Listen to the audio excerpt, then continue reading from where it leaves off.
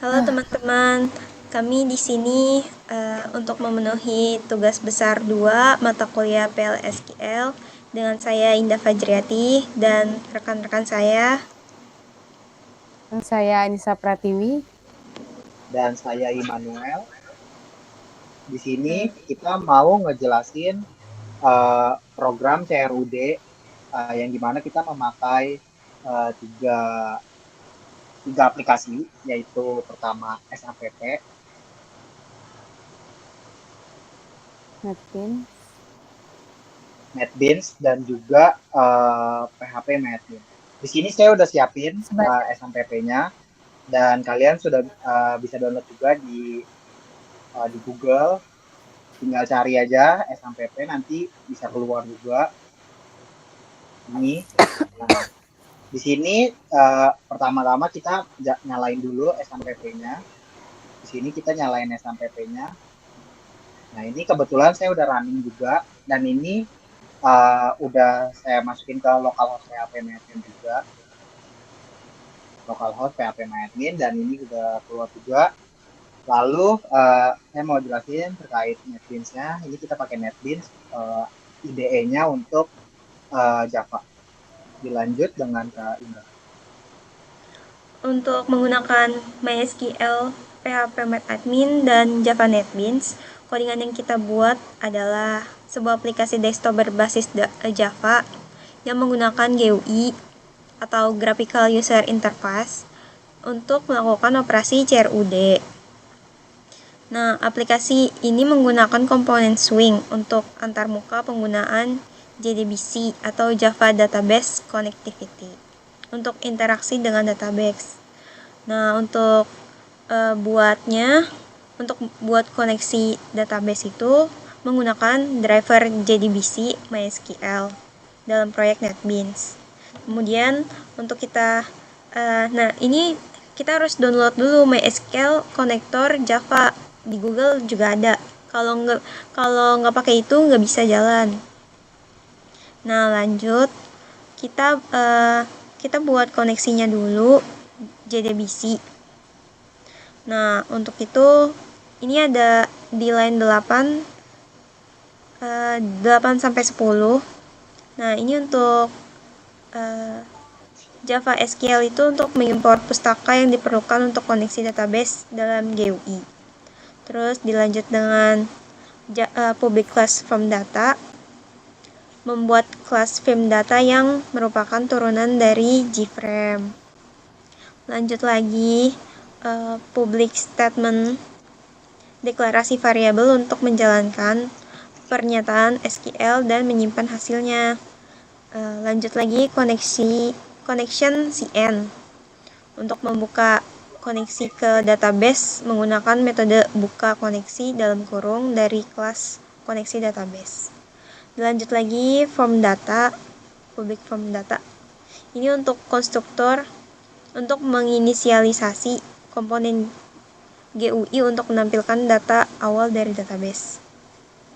Nah, dilanjut operasi database. Sebelum membuat koneksi, pastikan untuk buat database-nya kita ke PHP MyAdmin. Nah, ini tuh database-nya ya. Nah, kita buat dulu yang baru. Ini kita kasih contoh. Tolong buat baru. Nah, database-nya contoh ini udah ada namaku. Ya, coba pakai nama Indah. Nah, di sini nih. Ya, udah klik. Nah, pakai tabel uang.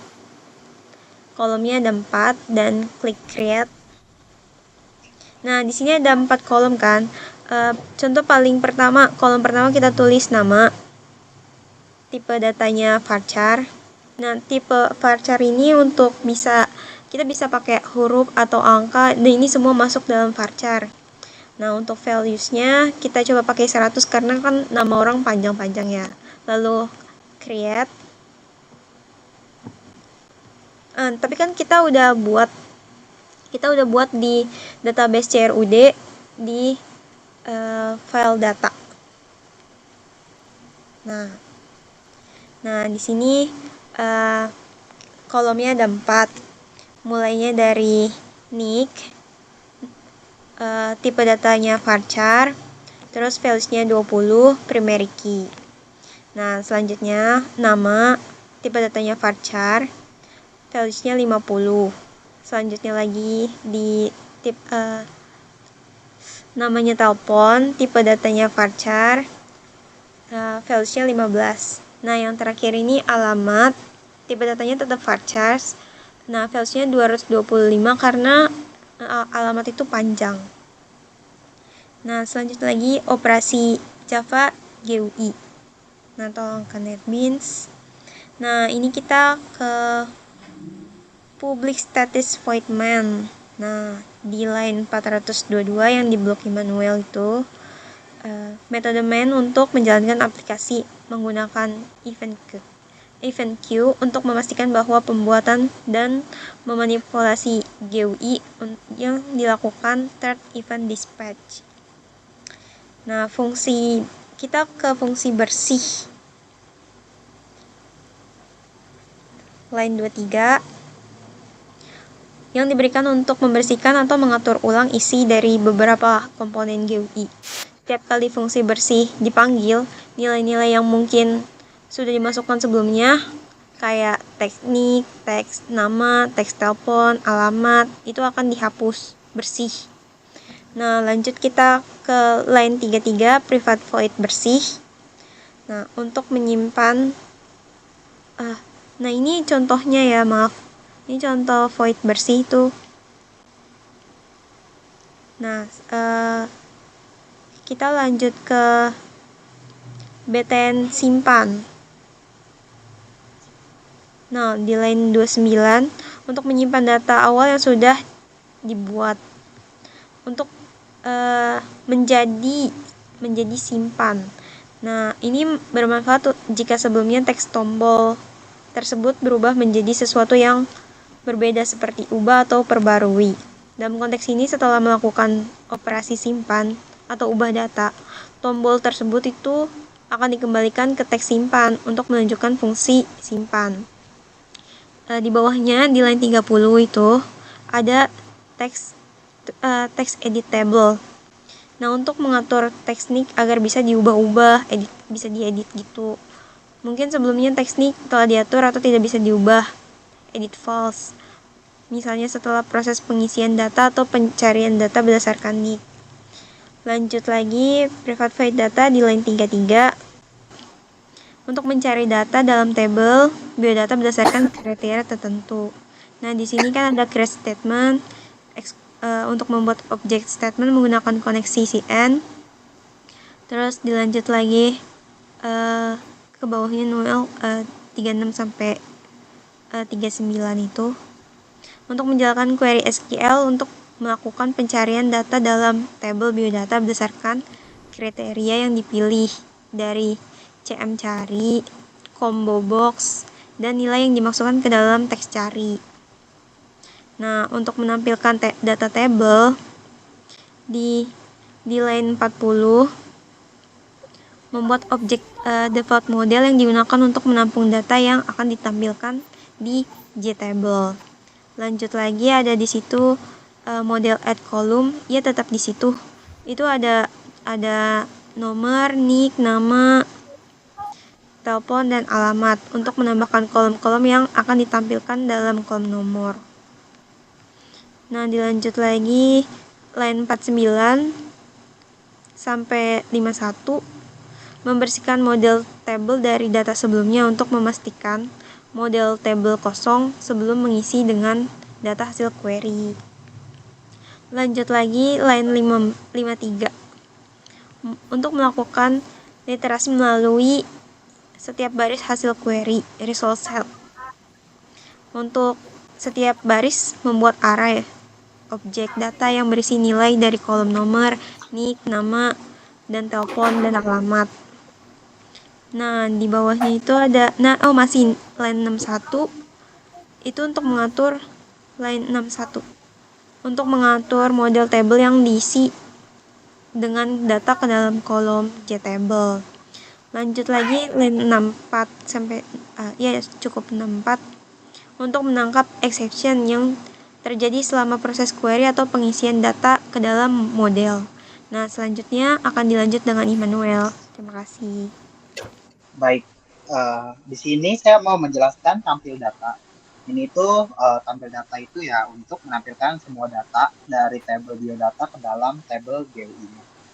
Sebelumnya, saya mau menambahkan dikit juga, yang dimana kalau memang misalkan ini itu adalah Gframe form, jadi mana ini bisa dibuat di kalau kita pencet ini stepnya, pencet di sini, lalu pilih swing GUI form, lalu pilih Gframe. Nah, nanti kita next, nanti keluarnya seperti ini. Kemudian ini adalah desainnya. Di sini desainnya kita buat sendiri dan kita buat desain sendiri juga. Oke, di sini saya mau lanjut pertama sebelumnya untuk koneksi database-nya. Ini untuk koneksi database-nya kita ada package koneksi dan di mana ini file koneksinya. Dan ini ada Java SQL-nya dan ini Java Swing Goption Pen. Ini untuk menampilkan Goption Pen-nya dan ini untuk SQL-nya. Ini kita buat koneksi ke tadi yang sudah dijelasin Pak Indo sebelumnya untuk ke SQL. Oke, kita lanjut di tampil data. Fungsi tampil data ini digunakan untuk mengambil semua data yang ada di dalam tabel database MySQL yang dimana fungsi ini memanfaatkan Java JDBC untuk berkomunikasi dengan database, menjalankan query SQL dan mengelola hasilnya dalam komponen GUI Swing. Lalu stack treatment yang tadi sudah dijelaskan Kak Indah juga, ini itu untuk membuat objek default table model untuk membuat SQL, query SQL. Lalu ini ada table modelnya. Ini untuk menampilkan table. Lalu ada remove juga yang tadi sudah dijelaskan Kak Indah. Ini untuk menghapus semuanya. Lalu ini ada while-nya. Ini juga sudah dijelaskan Kak Indah juga.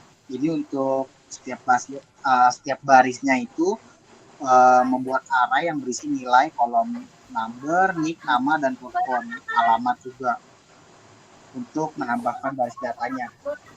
Nah, ini ada integernya juga, nomor 1 itu buat nambah terus. Lalu ini ada catch-nya yang tadi sudah dijelaskan Kak juga. Nah, di sini saya mau menjelaskan inisialisasi komponen GUI-nya yang dimana ini dimulai dari surprise loading sampai Gtable. Nah, ini itu metode ini digunakan untuk menginisialisasi semua komponen GUI.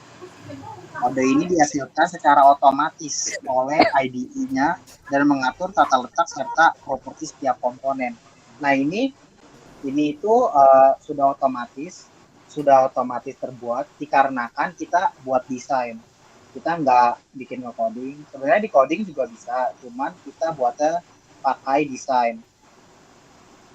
Oke, dilanjut langsung dari button simpannya.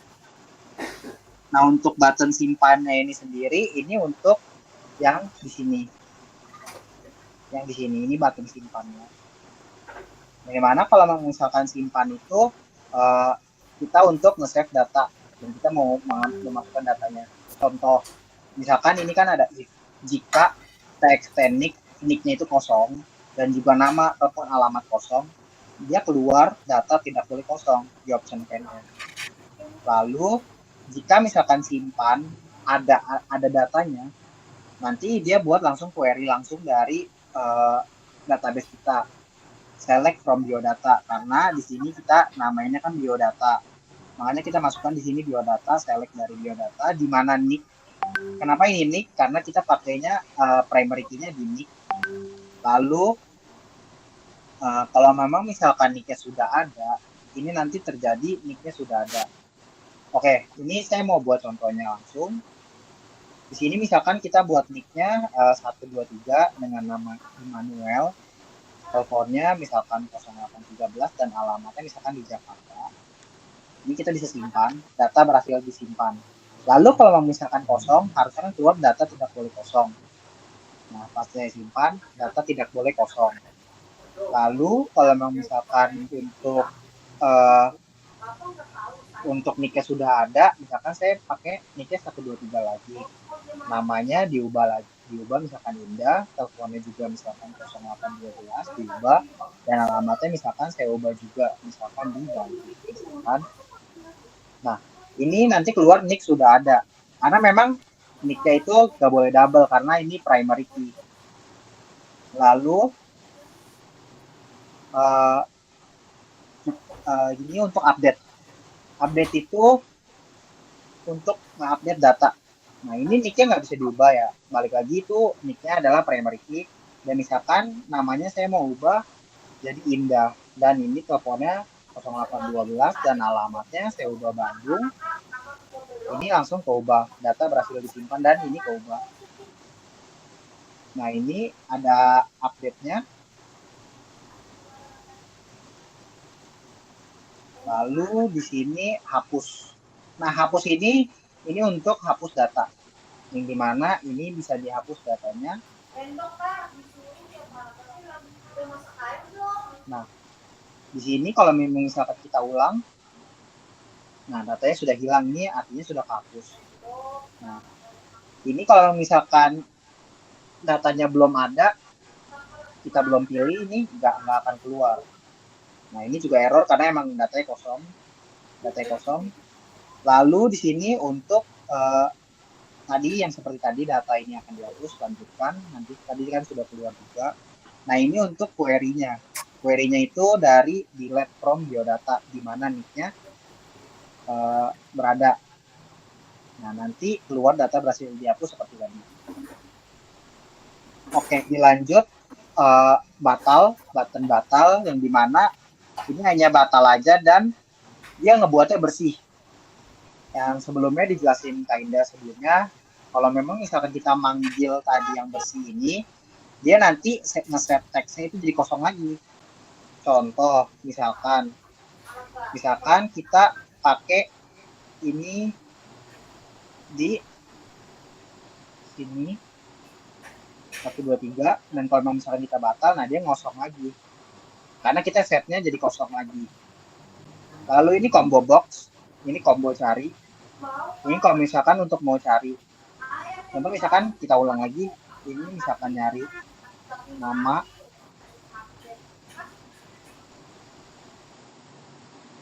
Dan ini ada 1, 2, 3-nya.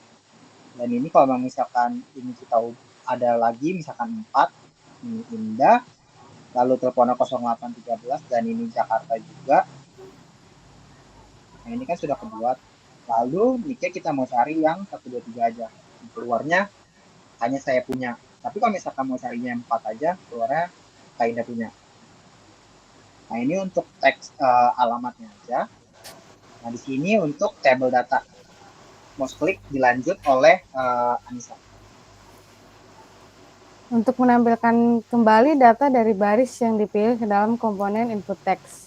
Di sini ada fungsi data mouse click, biasanya untuk event handler yang digunakan untuk menanggapi dari aksi klik di Java Table di Java Swing.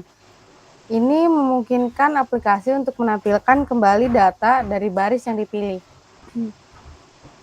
Biasanya digunakan untuk input teks lagi atau edit atau memberikan perubahan status tombol dengan menyesuaikan operasi yang diinginkan oleh user.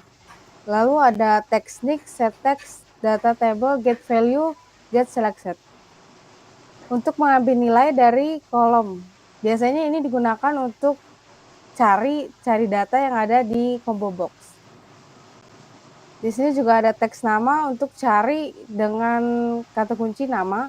Juga ada teks telepon untuk mengambil nilai atau mencari dari nomor telepon. Juga ada teks alamat untuk mengambil nilai dari alamat. Lalu ada variabel deklarasi. Di sini ada deklarasi dari frame yang sudah dibuat. Ada button tombol, ada button hapus, ada juga button simpan untuk menyimpan, dan juga ada combo box ini yang digunakan untuk mencari data, dan juga ada Java label, biasanya digunakan untuk memberikan nama di buttonnya atau di frame-nya. Dan juga ada J-scroll panel, biasanya untuk scroll, kalau ada data yang banyak biasanya ini digunakan untuk scroll. Dan juga ada JText field, ini untuk memberikan field ada di nick, di nama, alamat, dan telepon. Dan untuk gimana boleh tolong dibantu hasilnya untuk tampilannya.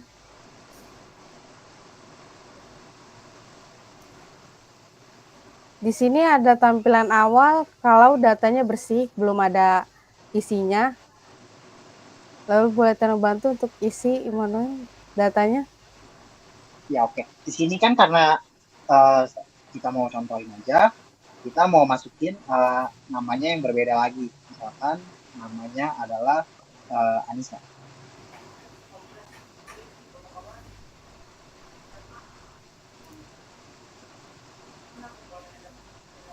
Setelah klik-klik simpan, maka akan muncul notif data berhasil simpan, berarti datanya berhasil simpan. Lalu untuk ubah, biasanya kita klik dulu nicknya. Lalu dari situ muncul semua data bisa diubah.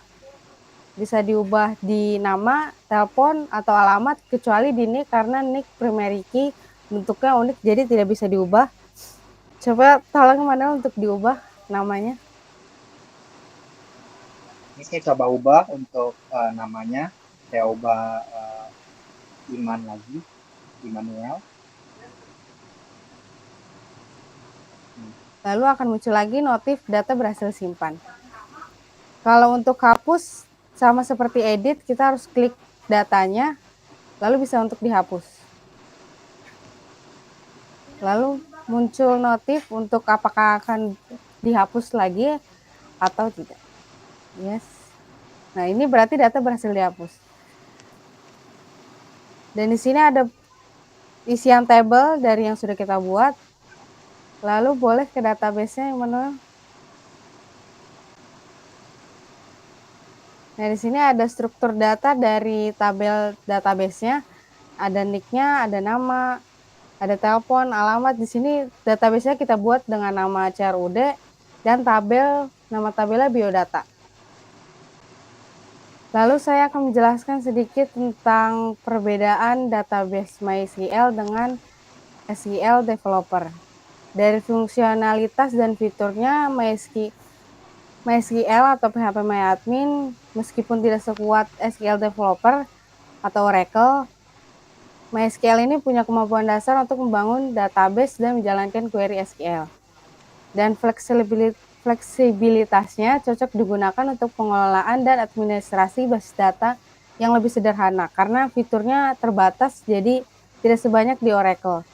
Kalau di Oracle atau SQL Developer adalah IDE atau Integrated Develop Environment yang kuat untuk pengembangan basis data Oracle. Dan didukung banyak fitur. Di Oracle ada fitur untuk debugging, perbandingan skema, dan visualisasi data. Di SQL Developer juga ada store produce, fungsi, dan trigger.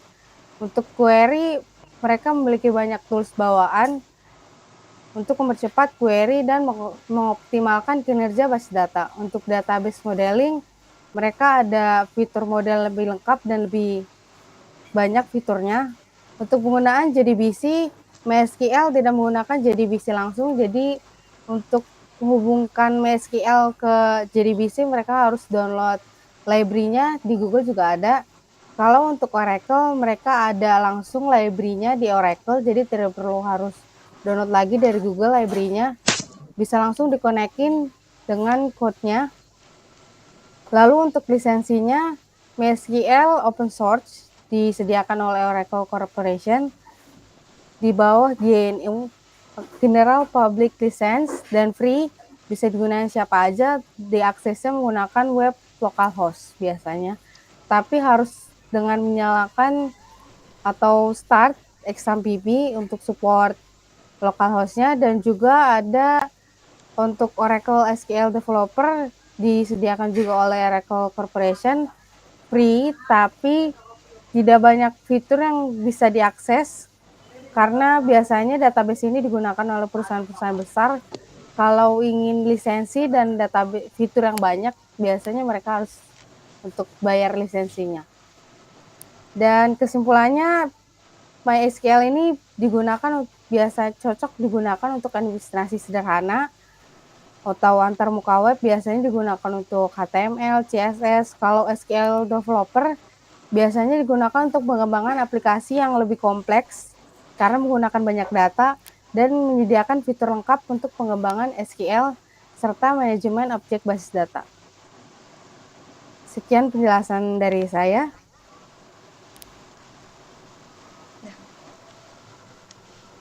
Terima kasih teman-teman sudah selesai presentasi.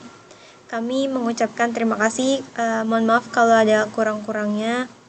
Semoga bisa dimaafkan. Atau kalau mau ada tambah-tambah ilmu lagi bisa di kolom komentar. Terima kasih. Terima kasih. Terima kasih.